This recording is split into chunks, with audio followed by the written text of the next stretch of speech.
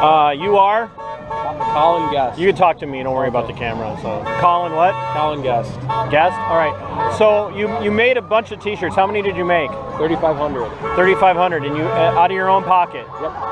And you made them because you're trying to tell the public what?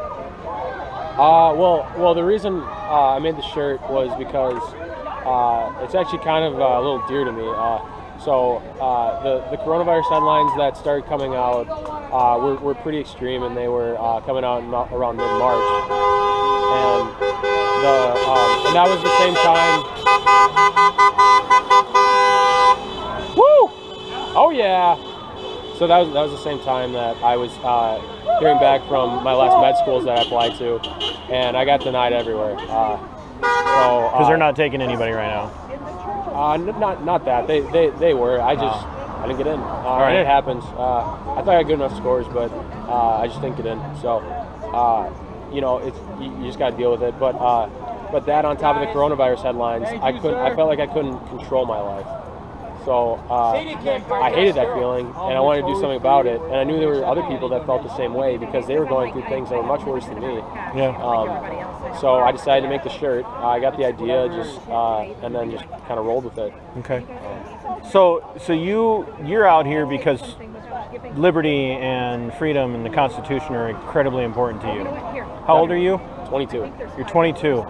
So was this a mindset you grew up in, or is this something you developed on your own?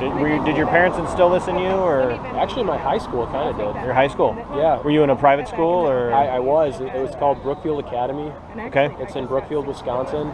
And there's for our graduation, we got these little books. They were kind of more pamphlets than books. Okay. About 40 pages long, with the essay "I Pencil" in it. Have you ever read that? Yeah, I have, but it's a great essay. I'd have to go back and look it up again. Sure. Yeah. And we were instilled like kind of these values at our high school. Okay. But then I went to college at University of Wisconsin-Madison. All right. Which is Lib City. Yeah. And very leftist. Not even lib. It's just leftist, socialist almost. Yeah. And I was pretty close to drinking the Kool-Aid for good. I voted for Trump, but then I felt really bad about it because all my classmates were just like giving me a ton of shit. And I talked to a lot of people, but then my saving grace was listening to Jordan Peterson and Ben Shapiro. Those guys on YouTube, which I found my sophomore year. And since then, I've just been all about freedom, awesome, all about limited government, more libertarian. Almost joined a libertarian organization. Okay. College. So you got a lot of people that are coming up now. You've been here since this started. You're giving your stuff away. Tell me your website, and I'll let you get back to your public. Sure thing. Can'tcontrolme.com. All right, and people can go online and buy a shirt. Buy a shirt. It's a very primitive site because I made it. Perfect. It's just buy a shirt. Entrepreneurial spirit. So, all right, man. Thanks for your time. Thanks for doing this. You have a good day. Thank you. Would you like a shirt?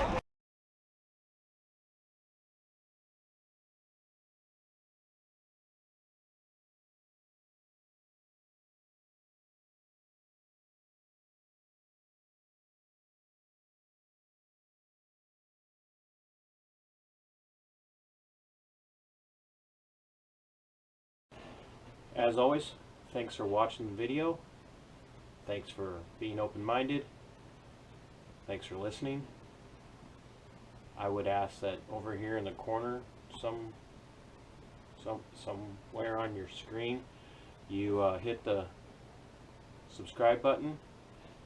It's important, not for me, but because mainstream media, legacy media, isn't going to get the word out. They're not going to let people who don't toe the established line speak.